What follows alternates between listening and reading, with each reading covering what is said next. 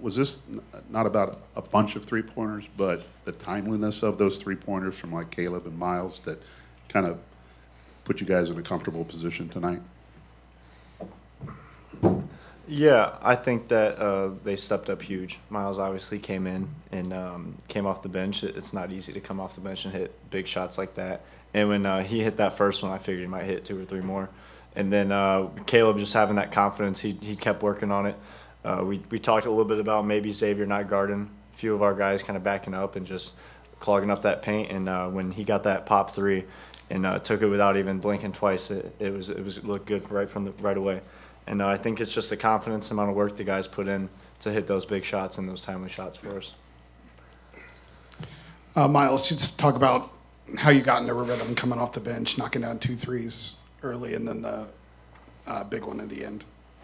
I think it's always important to be locked in when you come off the bench, just because you're not going to be loose and fresh like the starters, but you just gotta be ready for any moment. That's what the coaches tell me. Everybody's telling me just be ready, and just be impactful in any way I can. Caleb, how have you adapted to your new role and knowing you're not going to play a ton of minutes like last year, backing up Zach and kind of realizing that you can be effective and spell him and add something different when you're coming off the bench?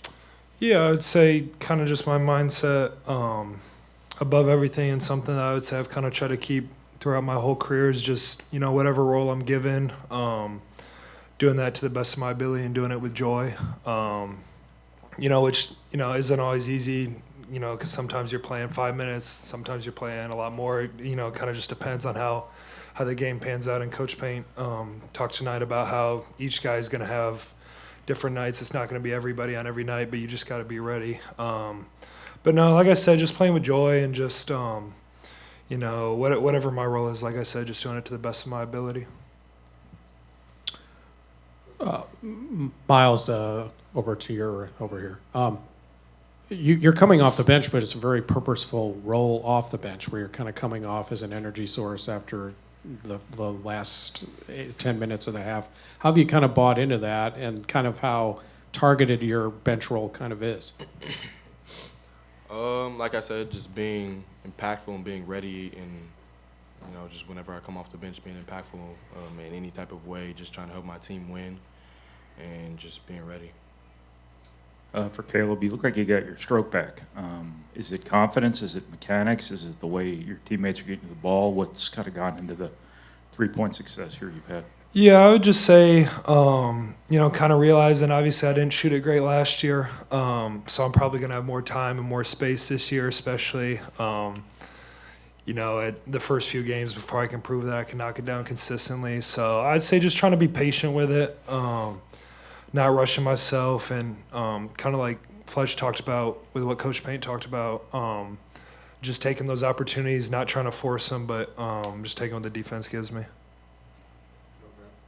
Myles, did you see that shot at the end of the half come in when Braden came off the ball screen? It looked like your hands were down at your sides when he let go of the ball. It was a very quick pass, but I think I was able to catch it and get it off and hit it. So yeah. Caleb, with limited minutes, how do you not force things knowing you have limited minutes? Mm-hmm. Yeah, I would say it kind of just goes to what I said about, whatever my role is, whether it's playing limited minutes, playing more minutes, whether it's to score, rebound, any of those things, but just doing it to the best of my ability. And for me, my main thing is just always playing for an audience of one, which is the Lord, and so that's just kind of what I try to do. Fletch, when you guys start making threes, did that open up Zach a little bit? Yeah, that'd be nice. It's one of them got tipped on that pump fake, but luckily I got my third ever collegiate offensive rebound. So that was nice. It seemed like he had a little more space in the second half. You guys got some cleaner entries into him. Was that the product of Xavier maybe being having to account more for your shooting once you proved you were going to make them? Definitely. I think that we realized they were really trying to push Zach out when we threw it to him on that block, so we had to find other ways to get it to him. And the pick and roll indirect and then down into Zach, I had like 3 or 4 from the top of the key just directly to him, and that's a pretty easy pass to make when he's such a big target. But I think just us finding different ways. PJ Thompson's called a great offense so far this year, and it's only going to keep getting better with all the stuff he has planned. But I think just finding different ways to get it to him and Caleb and Trey Kaufman down there, it's going to be lethal, and then it's going to open up a lot of space for us to make more shots. Fletcher, everybody who comes in here was a scorer in high school, was a scorer in AAU. Caleb kind of talked about this. How much do you have to swallow your ego and realize I'm going to have 0 points one night, I might have 20 the next night, and it's just so deep on this team that it could be anybody's night on any given night? Yeah, I mean, college basketball is such a long season. It's so many practices in the summer and fall and winter. If you can get down after one bad day, then it's not the right sport for you. It just persevering, like scoring 2 points the other night and not even thinking twice about it, showing up at practice the other day with a smile on my face, ready to get another win on Monday. It's about the team, and I think that's what all these guys are about, and I think that's why it's so. Even though when we practice and we play so many straight days, it's a lot being around the same guys, but it's a joy being around these guys and these coaches and going in every day and just working hard, and that's working to win too. Caleb, for another game, you guys were out-rebounded on the offensive end. Is that something different this year schematically, or just the way the ball's been bouncing so far? No, I mean, it's obviously something that we're not too thrilled about. But no, I think it's just kind of gone along with, I think especially this game, at least we did a good job hitting our threes. So obviously that doesn't create as many offensive rebound opportunities for us. But no, I'd say it's kind of just kind of getting back into the mix of things. Obviously you're not, peaking and everything right now this early in the season, but that's something that, we definitely want to see flip around a little bit. Fletcher, you guys ended up with 10 fast break points. I think they were all early.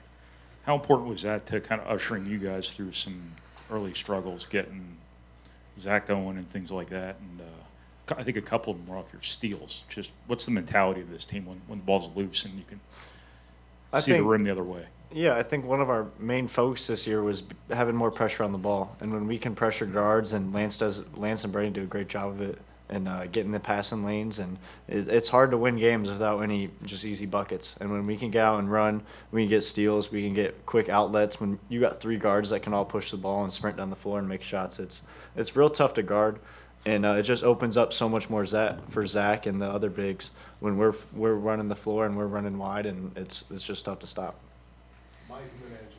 Caleb, I wanted to ask you about, this is the first year you guys won't have an ACC challenge, and then this is apparently the last time you'll play a Gavitt Games. Have you liked playing these games, these early tough games? What have they done for you, and do you think them going away is a good or a bad thing for college hoops and for Purdue? Yeah, I would say personally it's a little bit of a shame. I can't speak for these guys, but I love playing these games. I think it's great when you have an opportunity, just our third game in the season to play, another Power 5 school with the caliber of Xavier. But no, it's definitely something that, I'll be sad to see gone. Obviously sad to see the ACC challenge gone as well. But no, like I said, it's just gives you a chance to really, kind of test yourself and see where you're at early in the season. Is something that we'll miss for sure. For Caleb and Fletcher, Caleb, let's start with you. Same question. Hawaii is coming up. I know you guys are going for more than just your tans. So what kind of momentum do you want to take into that? What do you want to gain out of that tournament? Caleb first. Yeah, I would say more than anything, just go into it and then leave it feeling like we're playing the best basketball that we've played up until this point. Obviously, you want to keep getting better throughout the year, and so going against teams of that caliber in Hawaii at neutral sites like that, it'll be a great opportunity, a great environment, something that we're definitely looking forward to. Yeah, that tournament's something you grow up watching every Thanksgiving. It's really the focal point of college basketball, so it's going to be really special playing it.